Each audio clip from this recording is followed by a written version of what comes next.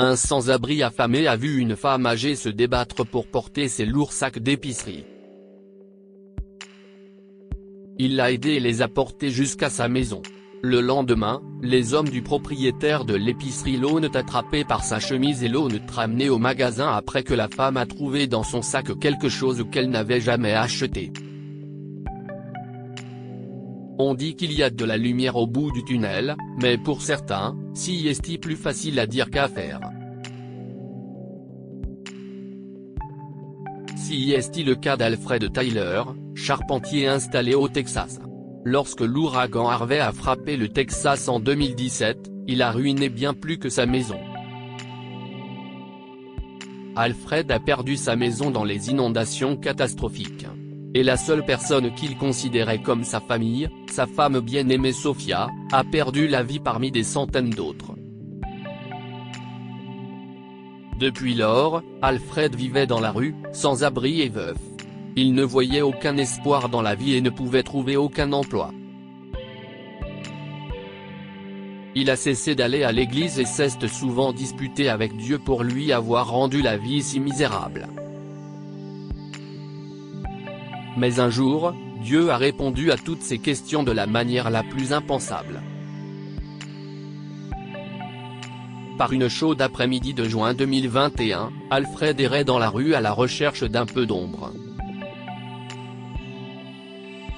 Il avait soif et faim.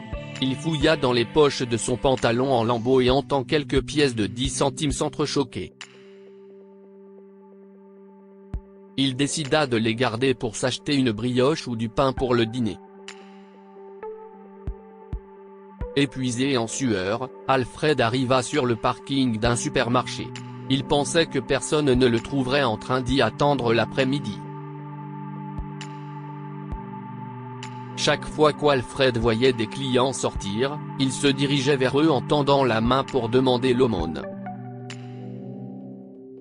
Certains lui donnaient 1 ou 2 pièces, mais les autres l'ignoraient comme s'il n'était rien. Alfred était blessé, mais que pouvait-il faire? Chaque fois qu'une telle chose se produisait, il faisait la grimace ou accusait Dieu d'être responsable de sa situation. Fatigué et affamé, Alfred décida de faire une sieste sur le terrain vague où il s'était réfugié pour l'après-midi. Il s'était presque assoupi lorsqu'il entendit quelque chose racler le sol un peu plus loin de lui. « C'est quoi ce bruit ?» marmonna-t-il en levant la tête pour voir. Une femme d'un certain âge venait de sortir du supermarché avec un caddie, essayant de décharger ses lourds sacs et de les porter. Alfred ne pouvait pas se contenter d'attendre et de regarder. Il se leva, sans se soucier de l'odeur de sa propre sueur, et s'approcha de la femme riche pour l'aider. « Et, vous avez besoin d'aide? S'il vous plaît, donnez-la-moi. Je vais vous aider, » dit-il en attrapant le caddie. Alfred commença à en décharger les sacs et la regarda à nouveau. « Je vais les porter jusqu'à votre maison, si vous le voulez bien, » dit-il timidement. La femme âgée a été stupéfaite par l'intérêt de l'étranger à l'aider, car personne ne lui avait jamais fait cela auparavant. Elle y faisait souvent ses courses et, la plupart du temps, elle portait elle-même ses sacs et les chargeait dans sa voiture. Mais ce jour-là, elle n'a pas pris sa voiture et a dû rentrer à pied en portant ses lourds bagages. Après une brève réflexion, elle demanda à Alfred s'il était sûr et lui dit qu'elle n'avait pas d'argent. « Je ne peux pas vous payer, jeune homme. Je viens de dépenser mes derniers centimes pour faire des courses. » Elle regarda l'inconnu de la tête aux pieds, pensant qu'il s'en irait en souriant ou en la maudissant de lui avoir fait perdre son temps.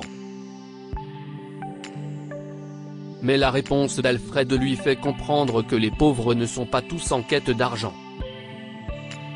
« Vous ressemblez à ma mère, et je ne ferai pas payer ma mère, » lui dit Alfred. «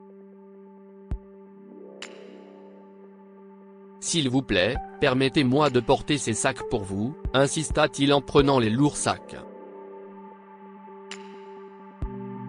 Pendant une quinzaine de minutes, Alfred a suivi la femme âgée jusqu'à sa maison avec ses sacs.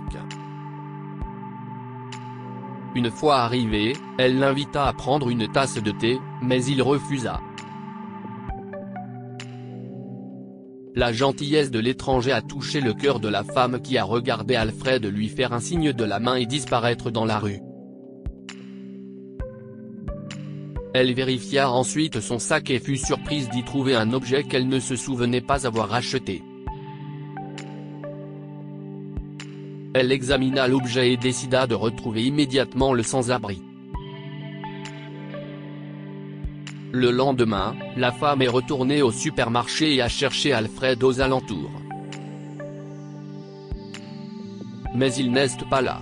Elle entra dans le magasin et rencontra le propriétaire, lui demandant de retrouver le sans-abri. « Peux-tu le trouver, s'il te plaît ? Il a dû venir ici, dit-elle. Les images de la vidéosurveillance devraient nous aider. »« Quand l'as-tu vu ici hier ? » demanda le propriétaire du magasin. « Je crois que c'était vers 14 h. Il était sur le parking. Pause, dit le propriétaire du magasin au technicien. Si est-il lui ? demanda-t-il à la femme en montrant Alfred sur l'écran de l'ordinateur. Oui, si est-il lui. Si est-il lui.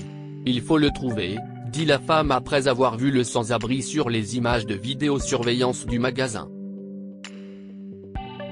Le propriétaire du supermarché a envoyé ses agents de sécurité à la recherche d'Alfred. Il a supposé que l'homme vivait dans la même rue ou dans la même ville. Après des heures de recherche sur les quais, dans les arrêts de bus et les parkings, les hommes sont revenus avec Alfred et l'ont attrapé par la chemise. Quand la femme vit comment il tenait le pauvre homme, elle devint furieuse. Laissez-le. On vous a dit de l'amener, pas de le traîner. Alfred, effrayé, ne comprenait pas ce qui se passait. Qu'est-ce ce qui se passe ? Je n'ai rien fait, dit-il, les yeux remplis de larmes et de peur. Ces hommes m'ont trouvé à la gare routière et m'ont demandé si j'étais ici hier. Quand je leur ai dit que c'était le cas, ils m'ont attrapé par ma chemise et m'ont amené ici. Je n'ai rien fait. Je n'ai rien volé. Alfred continua de les supplier de le laisser partir. Si est-il alors que la femme âgée s'est approchée et l'a serré dans ses bras sous le regard surpris des autres. « Maman. Qu'est-ce ce que tu fais ? » lui demanda le propriétaire du magasin. En fait, il s'agissait de la mère du propriétaire du supermarché, qui voulait rencontrer Alfred pour lui rendre la chaîne qui s'était malencontreusement glissée dans son sac.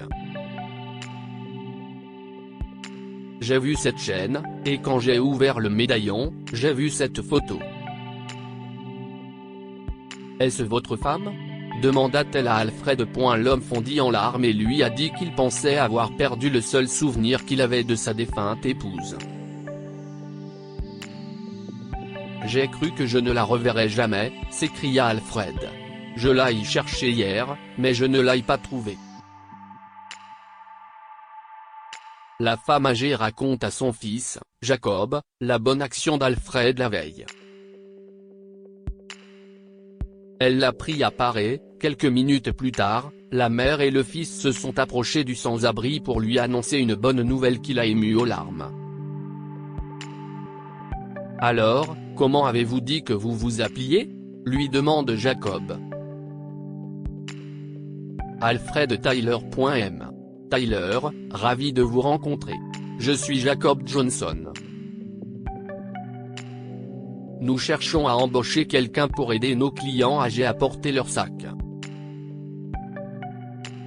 Je pense que vous feriez l'affaire. Qu'en pensez-vous ?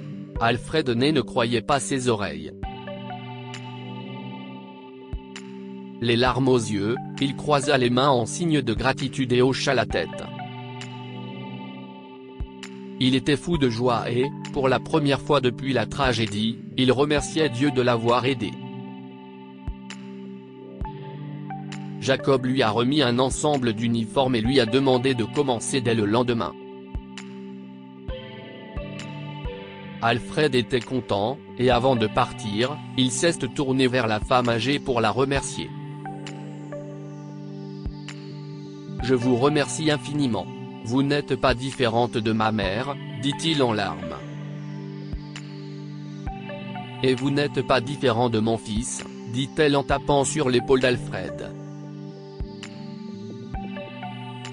Avant de partir, il s'est arrêté pour lui demander son nom. Marie. Je m'appelle Marie Johnson, dit-elle, ce qui a fait pleurer Alfred une fois de plus. Sa défunte mère s'appelait également Marie. À partir de ce jour, Alfred, un ancien sans-abri, a récolté les fruits de sa compassion. Il a trouvé un bon emploi et a commencé à aller à l'église tous les dimanches. De plus, il ne s'est plus jamais plaint de quoi que ce soit et n'a plus jamais blâmé Dieu. Que pouvons-nous apprendre de cette histoire? Aider les autres sans rien attendre en retour. Vous serez certainement récompensé. Lorsqu'Alfred a vu la femme âgée se démener pour porter ses sacs, il l'a aidée sans attendre d'argent. Le lendemain, il a été récompensé par une nouvelle vie grâce à un bon emploi au supermarché. Si Dieu ferme une porte, il en ouvre toujours une autre pour vous. Après avoir perdu sa maison et sa femme dans un ouragan catastrophique, Alfred s'est retrouvé veuf et sans abri. Il reprochait constamment à Dieu son impuissance. Mais il a changé d'attitude et l'a remercié de l'avoir aidé à la fin.